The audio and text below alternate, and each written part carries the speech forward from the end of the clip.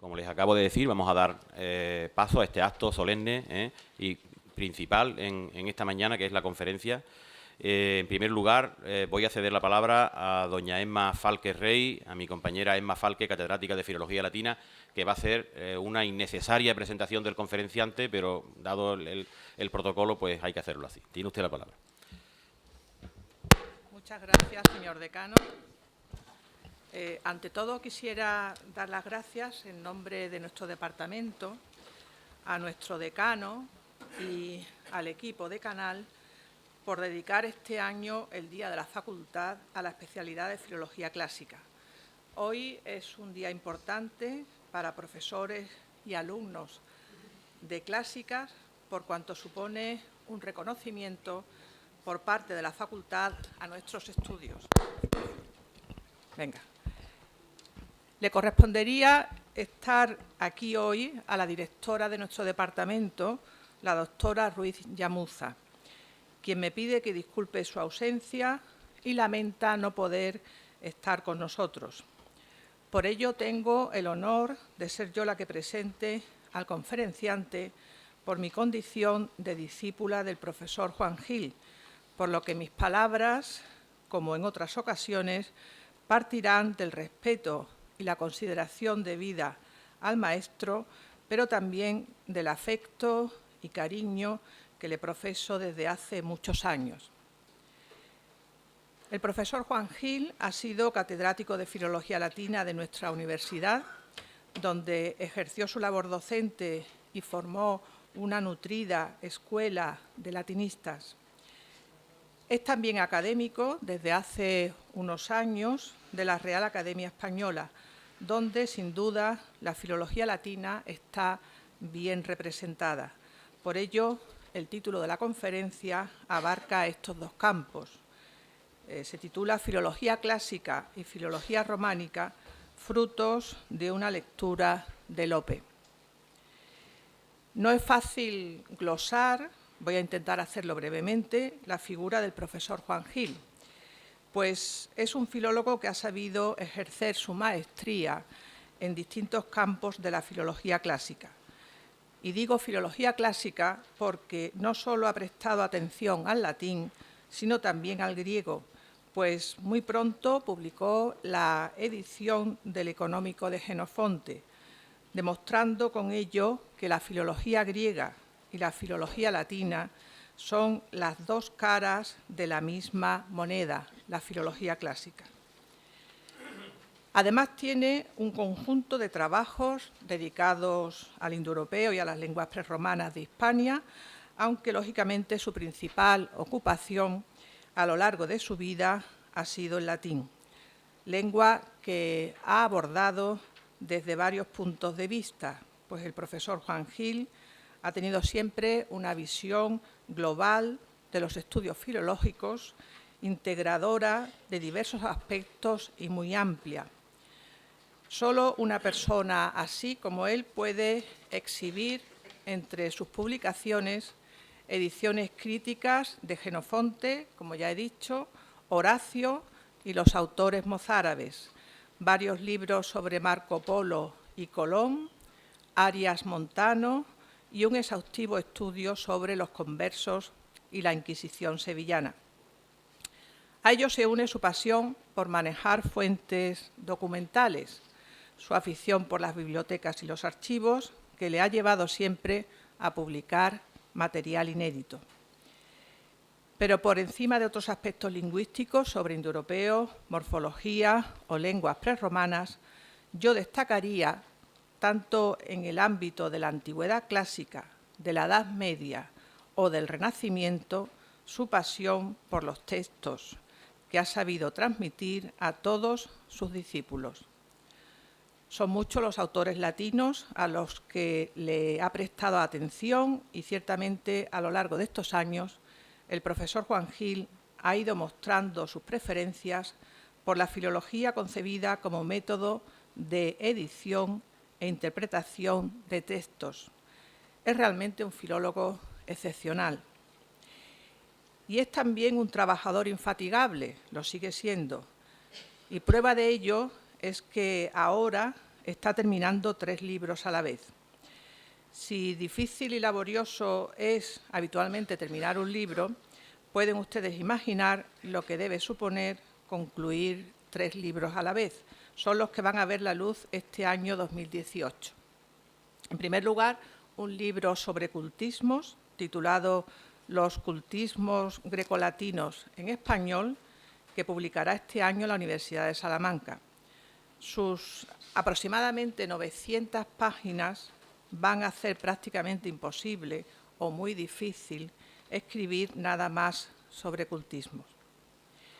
En segundo lugar, para el Corpus Christianorum, una prestigiosa colección que se publica en Bélgica, ha editado las crónicas hispanas de los siglos VIII y IX, es decir, las 2 crónicas escritas en el siglo VIII bajo la dominación árabe y las 2 crónicas escritas en el siglo IX para asaltar el nuevo reino Astur.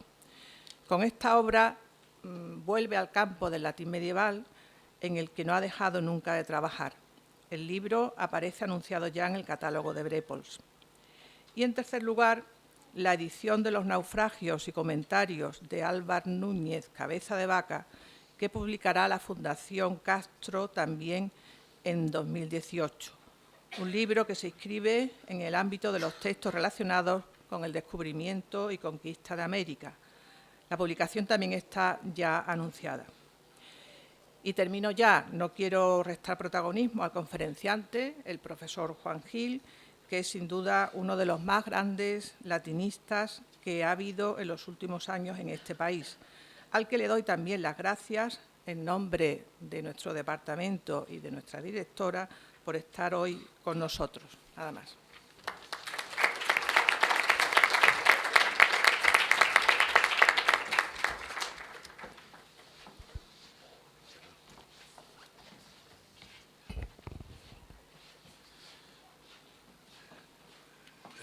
Señor decano, ¿se oye?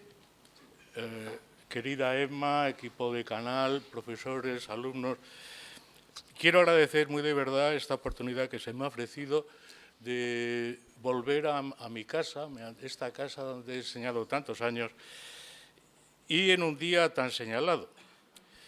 Quiero también agradecer, como no, la presentación que me ha hecho mi discípula predilecta, Emma Falquerrey. Realmente yo creo que debería de salir ahora porque ha hecho una presentación tal que siempre quedaré por debajo de las expectativas, de modo que debería de poner fin a mis palabras. Pero me he comprometido a hablar y hablaré. Ya les ha dicho la profesora Falque que estoy terminando este libro sobre los cultismos, un libro, por cierto, que se ha leído ella y se ha leído de pe a pa, de modo que para que conste en su currículum y pueda obtener sexenios, porque yo creo que va a ser la única persona en toda España que se lo haya leído de cabo a rabo, pues entonces quiero que quede constancia de este hecho realmente magnífico en los anales de la filología.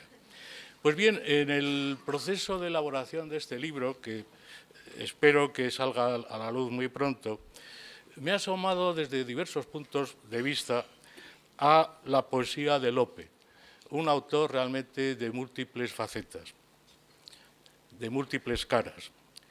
No les voy a descubrir mediterráneos, evidentemente.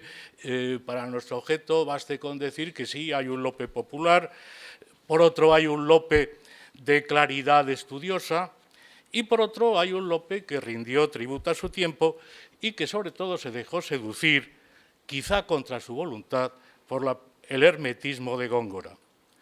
El Fénix de los ingenios tenía que demostrar que también él era capaz de escribir en un nuevo estilo culterano. Este es el Lope complejo, intrincado, erizado de dificultades, del que quiero hablarles en esta charla, no como un especialista en el siglo de oro, que disto mucho de serlo, sino como un aprendiz de filólogo clásico enamorado de la poesía de aquellos tiempos. Empecemos por presentar al Lope culterano, comentando algunos pasajes que serán, creo, suficientemente explícitos. A este fin les he preparado algunos textos que creo que son curiosos. Antes y después de Góngora, fue uso en el siglo XVII enmarañar la frase con alusiones y metonimias mitológicas que hoy entorpecen grandemente su comprensión. Casi todos, y no solo Góngora ni Lope, pecaron en este extremo. Pero Lope, desde luego, no fue menos complicado que Góngora en la siguiente estancia, en la que se fija el transcurso de un año. Del bellocino de jasón dorado a los peces de plata que escondieron la dulce Venus y el amor vendado cuando la orilla de Éufrates huyeron, corrió la amante del laurel sagrado, en tanto que los griegos estuvieron en la isla de Circe, en tanto olvido de las memorias de su patrio nido. En los primeros versos se expresa el paso del tiempo con metafórico enrevesamiento.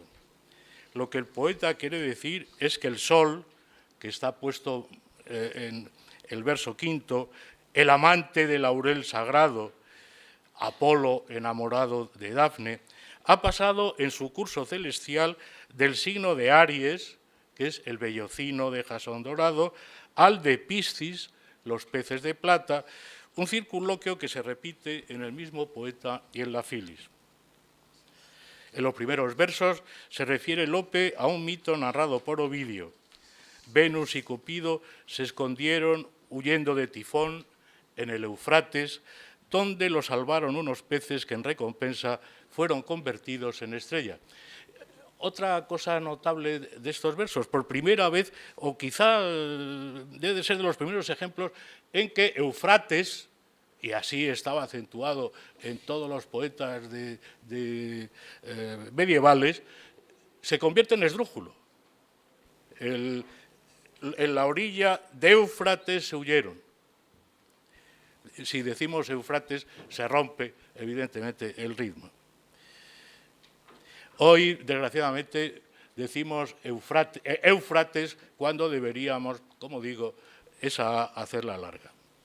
Pero vayamos con el texto segundo, que muestra una metáfora todavía mucho más intrincada y enigmática puesta en aposición.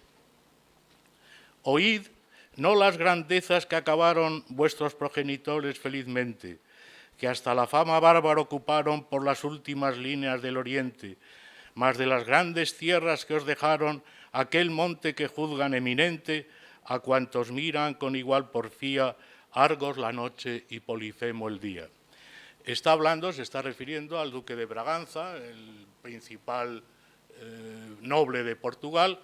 El hijo de este duque de Braganza será rey de Portugal, don Juan IV, y está hablando de un monte que tiene el duque, la finca de la Tapada, y dedica un poema a este efecto.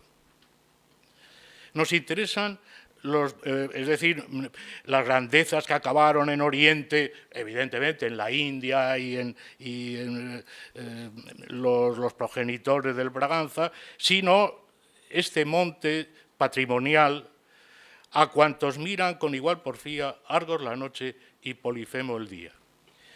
Es decir, la noche y el día se van sucediendo acompasadamente, con igual porfía, en los dos hemisferios de la Tierra y contemplan imperturbables el devenir de los mortales. Ahora bien, la noche tiene ojos, es como Argos. Acuérdense, Argos es el personaje que está vigilando a Ío y al ser muerto recibe ojos, ¿no? Bueno, pues la noche tiene ojos, mientras que el día solo tiene un ojo, es como Polifemo. De modo que Argos, la noche es Argos porque tiene cientos de ojos, y el día es Polifemo porque solo tiene uno. Fíjense cómo se evita hablar de algo tan vulgar como ojos.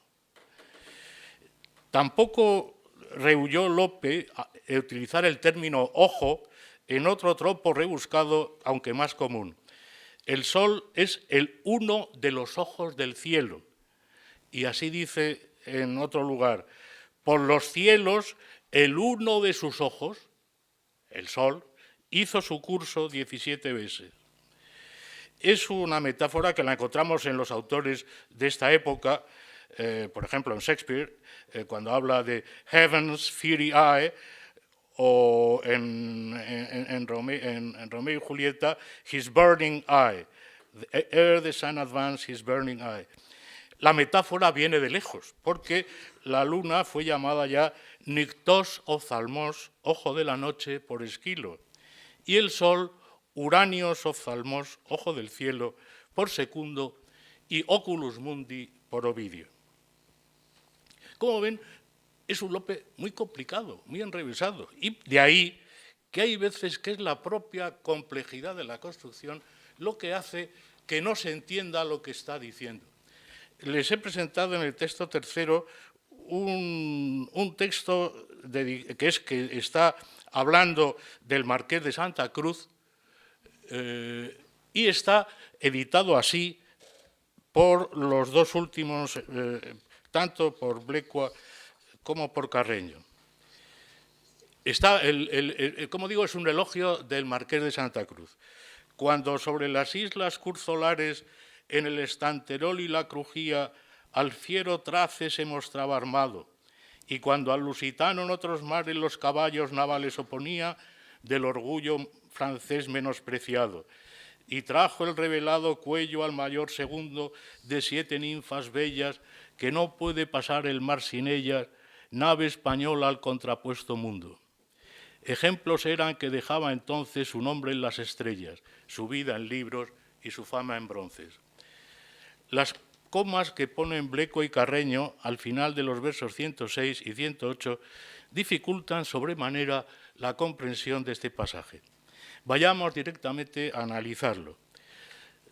Se está refiriendo a dos episodios de dos victorias de don Álvaro de Bazán. Las curzolares son las islas fronteras a la costa dálmata entre Split y Dubrovnik.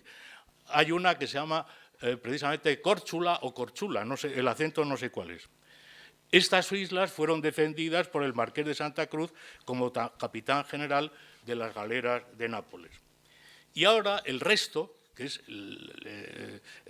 la mayor parte del poema, se refiere a la victoria de don Álvaro de Bazán en 1582 sobre el archipiélago de las islas de los Azores, que en abierta rebeldía contra la Austria habían recibido en su suelo al prior del Crato, apoyado por una armada francesa muy superior en número a la de don Álvaro de Bazán.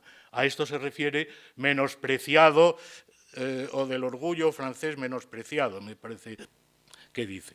De modo que el cuello de las 7 ninfas bellas son las 7 islas de las Azores. En estas islas hacía escala obligada la nave española que volvía del Nuevo Mundo al Viejo. El Nuevo Mundo aquí es el contrapuesto mundo, que no puede pasar el mar sin ellas, y ahí sigue el sujeto de la nave española, que no puede pasar el mar sin ellas, nave española al contrapuesto mundo. Y ¿qué es esto de mayor segundo? Pues mayor segundo es el rey Felipe II, evidentemente. Y entonces hay que poner segundo con mayúsculas. Y si uno va a la edición Príncipe, ese segundo está puesto con mayúsculas. No es la única vez que el poeta se dirige así al rey Felipe, a Felipe II. En una octava latina de la Angélica habla de Felipe III como sucesor catholici secundi, del católico rey segundo, de Felipe II. Hemos de recordar que precisamente Lope participó en esta acción bélica en la jornada de la Tercera y la describió en un romance del galán escarmentado. Henos aquí con un Lope plenamente culterano, a veces casi incomprensible en una primera lectura, como acabamos de ver. Pero en este culteranismo influyen otras razones, y es que en la época barroca la tendencia cultista una tendencia siempre muy activa en la historia de todas las literaturas, recibió un apoyo inesperado de las nuevas corrientes pedagógicas. La enseñanza escolar, y muy especialmente la ratio studiorum jesuítica, se esforzaron por estimular en el alumno la inteligencia y el acumen intelectual. A tal fin, el sistema educativo se sirvió de una multitud de artificios manieristas, anagramas, retruécanos, versos serpentinos y ecoicos, símbolos pitagóricos, apotegmas, enigmas, emblemas, acrósticos, celésticos, etcétera, etcétera, artificios todos ellos que cuajaron sobre todo en la composición aguda por antonomasia, que es el epigrama. Estas figuras se ensayaron también en castellano. Es hora de dar algunos ejemplos de estos artificios. Pasamos al texto cuarto. Julio César Escalígaro, en su Poétique, llamó Carmen correlativo a la poesía en que, contrariando la lógica sintáctica, el sentido se completa uniendo los sustantivos con los verbos correspondientes en el verso o bien anterior o bien siguiente. Pero todavía se rizó más el rizo, subiendo un escalón más en la dificultad compositiva. A una serie de frases sigue una enumeración de sustantivos y aún de verbos que se acoplan de manera correlativa a lo anteriormente dicho. Así ocurre en el caso que les voy a leer. Si tus soldados, si los hombres, si las aves, los peces y las fieras, si todo sabe amor, si todo teme perder su bien y con sus celos propios defiende casa, nido, mar y cueva, llora, lamenta, gime y brama, pues bien, tenemos aquí una correlación múltiple en la que se van acoplando unas piezas con otras en un acabado ajuste. Hombre defiende su casa. Los peces las aves defienden su nido. Los peces defienden el mar y las fieras defienden su cueva. Y a su vez el hombre llora, las aves se lamenta, el pez gime y la fiera brama. Aquí se olvida Lope que los peces los llamaban los antiguos los mudos del mar. Los peces no gimen. Otra alteración del orden de palabras se produce en el llamado por los gramáticos doble zeugma, que consiste en el entrecruzamiento de los miembros de dos frases que se reparten en correspondencia paralela, un artificio que fue muy querido de los poetas latinos y especialmente en prosa de Tácito. Al usar este tropo, Lope prefirió dejar más clara la construcción sintáctica de los diversos miembros de la oración, también dispuestos en cruz, mediante la utilización de la deixis pronominal. Es el texto quinto. No suele alzar la frente vengadora toro de España, ni encrespar la lana africano león con mayor brío, aquel al silbo y este al desafío. Vean, aquel es el toro y este el león al desafío. En sus dos obras mayores, La Angélica y La Jerusalén conquistada, la inspiración de Lope, verdaderamente inagotable, desfalleció quizá porque el argumento de ambas epopeyas no era el más apropiado para exponer profundos pensamientos ni defender elevados ideales. Sí se prestaba, por el contrario, a presentar escenas pintorescas y a menudo deliciosas, donde se podía lucir a sus anchas el ingenio lopesco. La primera comienza con una contrahechura del juicio de París y sus funestas consecuencias, si bien la imitación se hace a lo grande. Aquí hay una especie de concurso de bellezas y tiene lugar un verdadero desfile de mises seleccionadas y descritas por un excelente connoisseur. La segunda, La Jerusalén conquistada, busca realmente un imposible: sacar del anonimato a unos cruzados españoles que, cargados de razón, habían cubierto de silencio oscuro Guillermo en Asia y en Europa el Taso. Guillermo de Tiro había escrito una historia de las cruzadas y el Tasso había escrito la Jerusalemme conquistata. Ninguno de los dos hablan, evidentemente, de españoles, porque los cruzados españoles ya tenían bastante con la cruzada en su tierra. Por lo tanto, se inventa una cruzada española, el bueno de Lope. Lo endeble del argumento no es lo peor.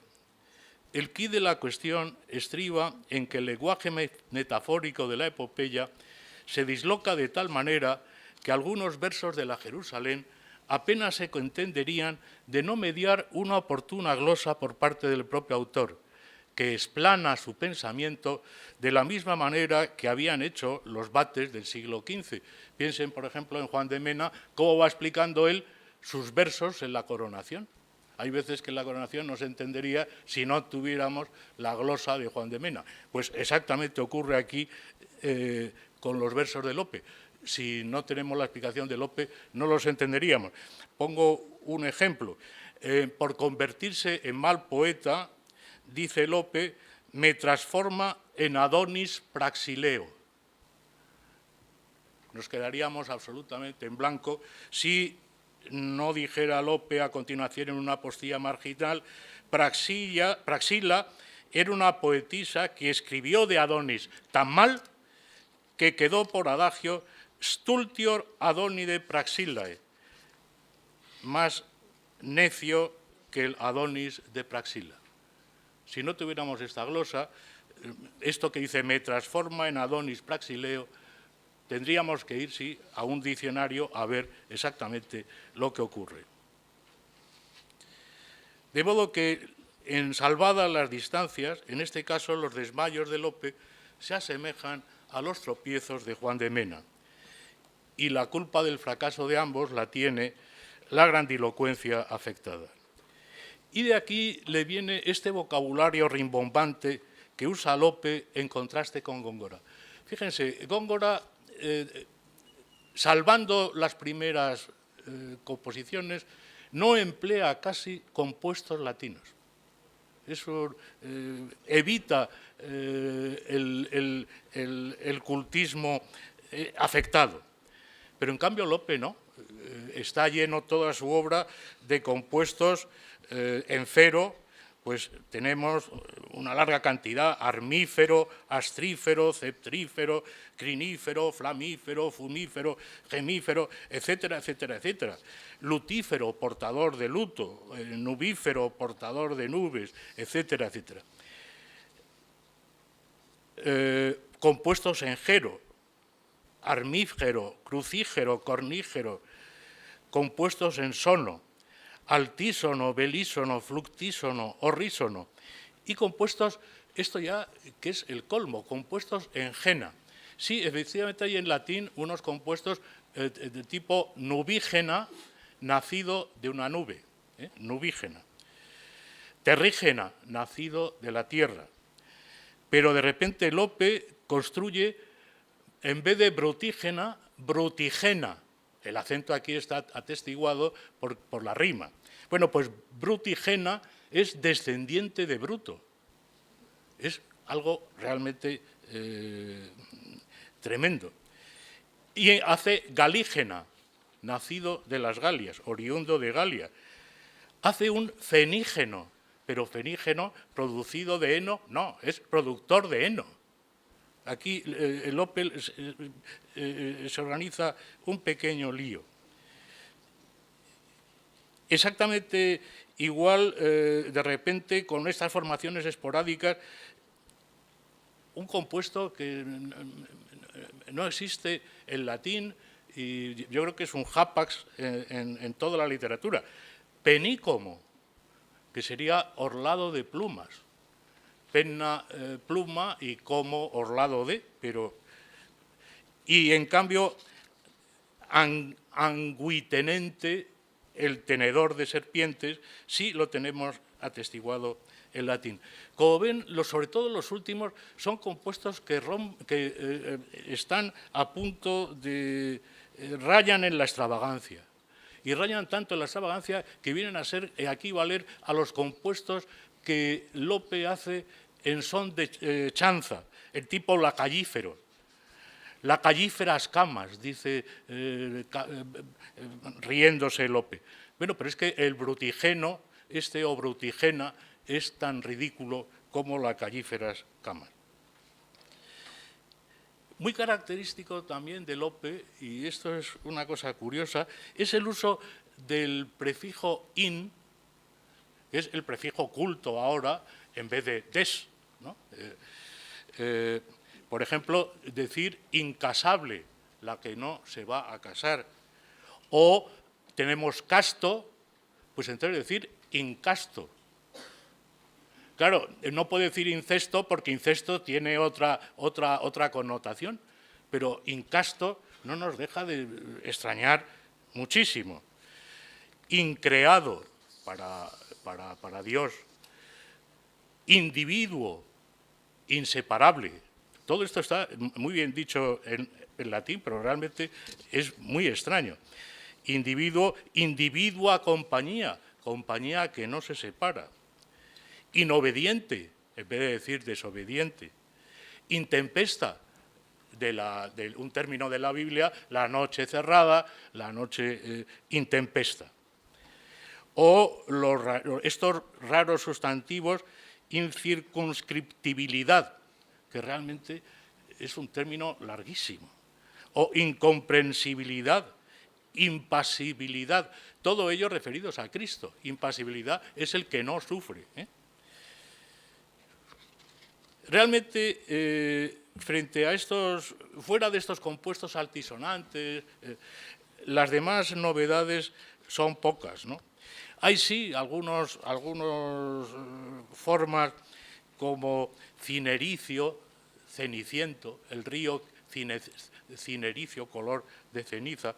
Habla de repente de ciniflones, que es un término plenamente latino, los peluqueros. Rorar, cubrir de rocío, que es otro término plenamente latino. Sus mejillas la aurora sonrojaba, rorando valles, montes y riberas. Parece también propiedad exclusiva de Lope un estupendo ocultismo anaglifos, que son los relieves, las obras cinceladas, dorados anaglifos e inscripciones, esculpen anaglifos de alabastro, anaglifos de diamante escritos. Y es curioso que este anáglifa, o más bien anáglifoi, viene no de los 70, de la versión de los 70, sino de la Vulgata. La Vulgata utiliza el término anáglifa para referirse a los relieves que adornaban la puerta del Templo de Jerusalén. Otros supuestos latinismos no lo son tanto. Por ejemplo, decir recluso. Recluso, en latín clásico, querría decir abierto. Recludo, muchas veces el prefijo re indica lo contrario del simple. Bueno, pues recludo normalmente es abrir. Yo creo que la población reclusa estaría encantada de saber que el término, el sentido realmente originario del término es estar en libertad, estar libre.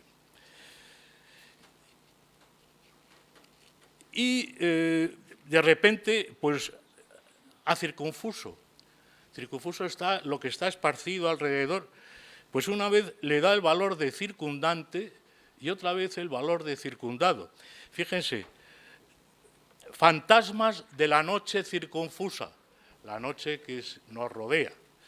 Pero en cambio, la tierra de la naturaleza circundada, Siracusa de las tirrenas ondas, circunfusa, perdón.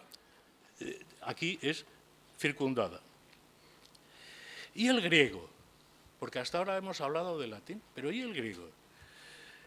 Un hombre de oído tan fino como Lope inunda cuando puede su narración de campanudos helenismos acompañados a veces de su equivalencia castellana.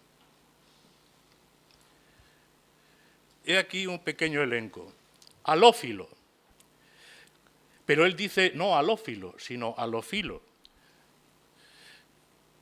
Y explica, id est alienígena, lo que llamamos extranjero. Quirósofos, un término realmente rarísimo en griego. Yo no me lo había encontrado nunca. Dice quirósofos, que quiere decir sabios de manos. Quiro, heir, mano, sofos, sabios. Leontocomo, leontocomos, criador de leones. Aqueste valeroso leontocomos. Y glosa, leontocomos son los que crían los leones y a quien ellos tienen miedo y respeto. Otro término curioso. En la Jerusalén aparece un extraño archimarguiro. Tantos archimarguiros y caudillos. Y él glosa al margen otra vez. Archimarguiro es el príncipe del ejército. Pues no, es un producto de la fantasía de Lope. Primero, la voz correcta no es archimarguiro, sino archimaguiro. Magueiros es el cocinero y archimagueiros es el jefe de los cocineros. El poeta había leído en la Biblia que la función que desempeñaba Nabuzardán era precisamente la de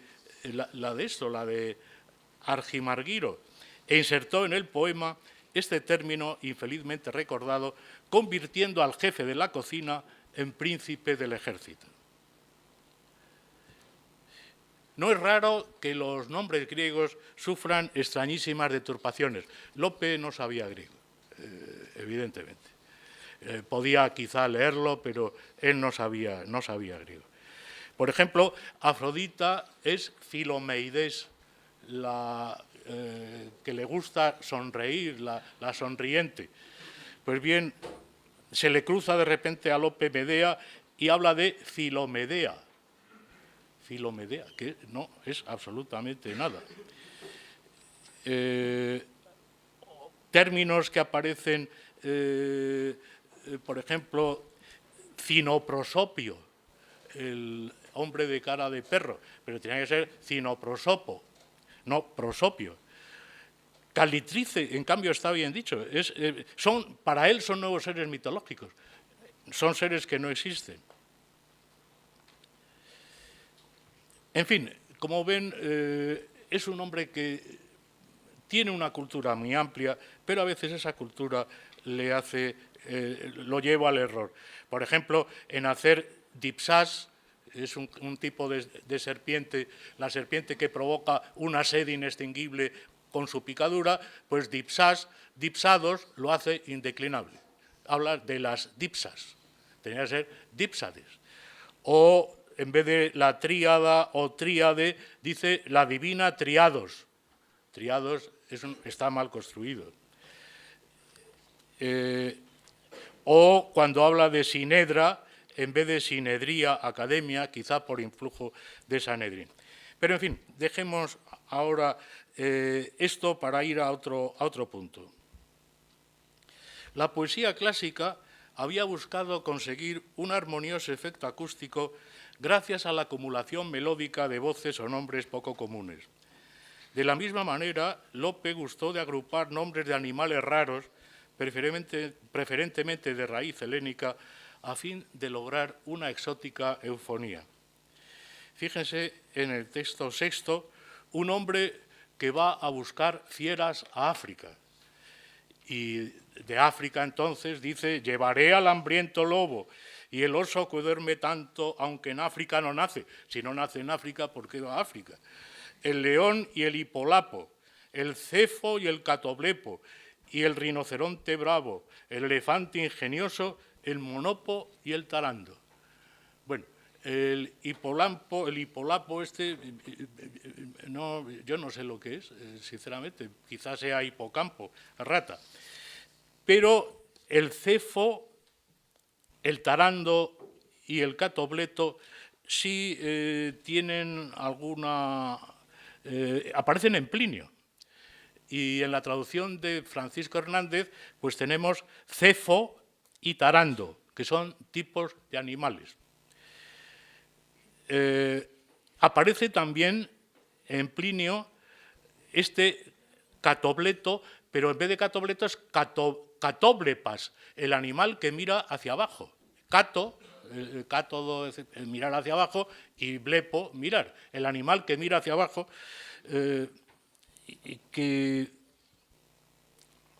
de modo que si se hubiera basado en Plinio, en la traducción esta, pues hubiera puesto catoblepas o catóblepas, pero no, aquí se está basando en alguna poliantea. Vaya usted a saber de dónde ha sacado todos estos nombres absurdos, ¿no? Veamos ahora otra curiosísima lista, pero esta vez de insectos, tomada también, por supuesto, de la antigüedad grecolatina. De nuevo se busca la sonoridad de los sustantivos helénicos. Llueven gusanos sin que punto escampe, de la podrida tierra sad dispuesta. Del pino baja el fiero pitocampe, la pirausta que muera al fuego puesta. El cientopiés, el melolanta, el campe, que tanto de los árboles infesta las verdes hojas, el retauro hilita y el ragio vil que al escorpión imita. Como ven, otra vez es el gusto por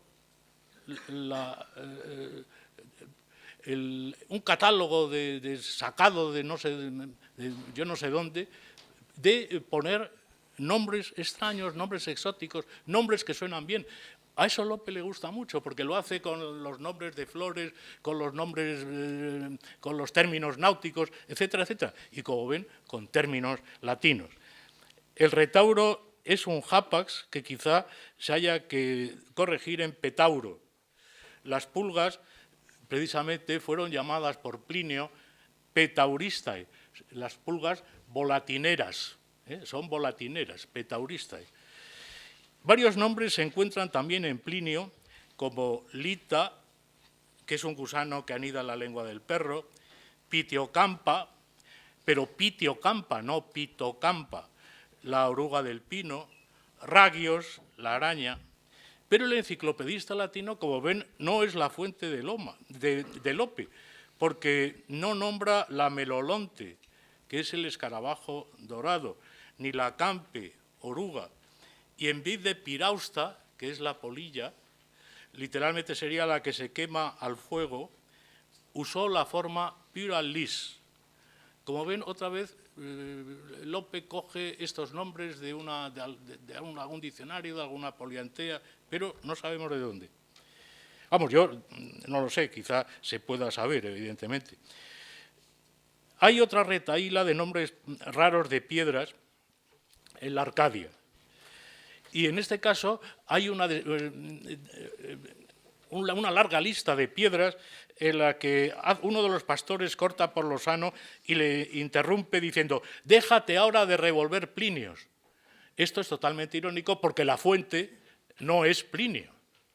No es Plinio. Y que no es Plinio lo muestra el nombre de una de esas piedras, crepudina, y crepudina deriva del francés crapaud, el sapo. En otros casos sí podemos atisbar la fuente. Y ahora permítanme que vuelva a la epopeya clásica, a la Farsalia de Lucano, en la que se hace una enumeración de serpientes. Ya se decía, se contaba, que Pompeyo había tenido, en una de sus campañas por Asia Menor, había tenido que retroceder ante la multitud de serpientes que se le venía encima. De modo que, con este antecedente, es muy comprensible que Lucano tiene que describir la marcha de Catón por África, con una tropa de 10.000 hombres, desde Libia hasta a través de las Sirtes, hasta África. Pues bien, entonces organiza, en vez de hablar de la serpiente en sí más, organiza una tramoya. Y un bárbaro egipciano, que se llama Mafadal, promete a Saladino impedir el desembarco de Ricardo Corazón de León en el puerto de Jope. Es el texto número 8. Diciendo así, con 100 esclavos parte al monte de Senir y Antipatrida, en cuya tierra y campo lo reparte, ya con encanto y ya con red tendida, para que con industria, ingenio y arte toda serpiente venenosa sida, hinchese en un navío que la entrada estorbase a Ricardo y a su armada. Con estos piensa detener las naves, en vasos grandes y en pequeños vidrios, la fuerza con caracteres suspensa, para librarse de su dura ofensa, arrojándolos pues en un navío desde la playa, abriéndose los vasos, quedaban libres con rabioso brío del ver que les ataja el mar los pasos, vertiendo en fin un venenoso río, ya como dueños, qué estupendo caso, trepan las jarcias, suben las gavias, cubriendo el árbol de espumosas rabias. Dejemos ahora aquí, un momento aquí. El barco, con su mortífera carga, intenta abordar la capitana. Hay una dura lucha con las ponzoñosas sierpes, pero el español Garcerán logra barrenar la nave y hundirla en el mar. No cabe negar que brilla aquí por su audacia el inesperado sesgo que se da al catálogo serpentino, que ocupa nada menos que varias estancias. Es larguísimo, es un catálogo larguísimo. Les he puesto solo uno de ellos. Fíjense, Riniero, de una fiera ancesivena, por las escamas abre el fiero lomo. Enrique, un verde sipedón cercena. Otón, los cancros rompe con el pomo. Gridoro desenlaza una cadena de verdinegras áspides y como un Hércules, Heracles a las serpientes, con la manopla rompe lengua y dientes. Curiosamente, otra vez, los nombres de los oficios no proceden de la Farsalia. La Sipedón, y aquí fíjense cómo Lope está pronunciando el griego a la manera de su tiempo, con itacismo. En realidad es Sepedón, pero esa E larga, los bizantinos de su tiempo la pronunciaban y decían Sipedón, Sipedón. Bueno, pues esta Sipedón, la podredumbre, realmente la que hace que todo se pudra, no aparece en Lucano. Y en Lucano sí aparece, en cambio, esta Ancesivena. Pero es que Ancesivena es una corrupción del nombre que aparece en Lucano, que es Anfisbaena, la que puede andar para un lado y para otro. Bueno, y todavía nos queda por descubrir una sorpresa, y es que la estratagema que Lope atribuye al ingenio de Mafadal está tomada de una sutil artimaña de Aníbal, una artimaña que probablemente no habrán oído jamás, pero que merece figurar entre las grandes operaciones tácticas de este genio de la guerra, que fue Aníbal. Entre una batalla que se libró entre Prusias, el rey de Bitinia, y Eumenes, el rey de Pérgamo, Aníbal fue el autor de la victoria con un nuevo ardid. En efecto, esto lo relata Justino, ordenó meter todo género de serpientes en botellas de loza y en mitad del combate las arroja a las naves de los enemigos. En un primer momento a los del Ponto les pareció cosa de burla que luchasen con barro los que no podían hacerlo con hierro. Pero cuando las naves comenzaron a llenarse de serpientes, rodeados por un doble peligro, cedieron la victoria al enemigo. Como ven, es realmente sorprendente este eco de Justino en la epopeya lopesca. En conclusión, Lope bien pudo jactarse de haber enriquecido el vocabulario castellano con un aluvión de cultismo, no siempre correctos ni apropiados, como hemos visto, pero siempre indicadores de una pasmosa creatividad. Un justificado orgullo arrancó al poeta este par de versos. Algunas lenguas supe y a la mía ricos aumentos adquirí por ellas. Ahora bien, la actitud de Lope y en general la de los escritores españoles frente a los cultismos fue diametralmente opuesta a la que siguieron los poetas de la Pléiade y con ellos los demás escritores franceses. Un Ronsard, por ejemplo, empapado de un clasicismo aprendido del gran helenista Jean Dogat, intentó trasvasar a la lengua francesa el espíritu grecolatino sin introducir en ella formas extrañas a su vocabulario. Yo les recomendaría, por ejemplo, que lean la descripción de la armadura del conde de Guisa, que es un pasaje realmente plenamente homérico, en el que se va describiendo cómo se va poniendo las grebas de plata, tachonadas, con cabos de oro. Todo esto es plenamente homérico. Está haciendo Homero puro en Francia. Y en este caso la postura de Ronsard sobre los cultismos quedó expuesta en unos breves preceptos de su arte poética. Allí se encuentra una sabia advertencia. No es preciso desollar el latín, como habían hecho sus antecesores, tomando del latín una infinidad de palabras extranjeras, ya que hay vocablos igual de excelentes en francés. Ronsard entonces se muestra muy reacio a emplear cultismo. Por un lado, la ansiada adecuación a la antigüedad se logra mediante perífrasis y circunloquios. Por ejemplo, el Cérbero de tres fauces, pues él dice Cérbero à trois voix aboyant. Bueno, pues Lope, en cambio, cuando habla del Cérbero, dice Cérbero trifauce. Pone el latinismo puro y duro. Ello no quiere decir que Ronsard no introduzca compuestos nuevos, pero justamente cuando los introduce es en un poema que hace a Dioniso. Y Dioniso es el dios del vino, el dios de los poetas, el dios de la inspiración, el dios que pone a los hombres en trance. En la obra de Ronsard, en suma, se respira un respeto reverencial hacia la lengua patria, hacia la tradición que ésta representa, hacia el vocabulario tradicional. Este respeto falta por completo en Lope. En realidad, los únicos escritores españoles que estuvieron dotados de esa sensibilidad extrema y que procuraron no traspasar barreras lingüísticas infranqueables fueron Garcilaso y después, hasta cierto punto, Herrera.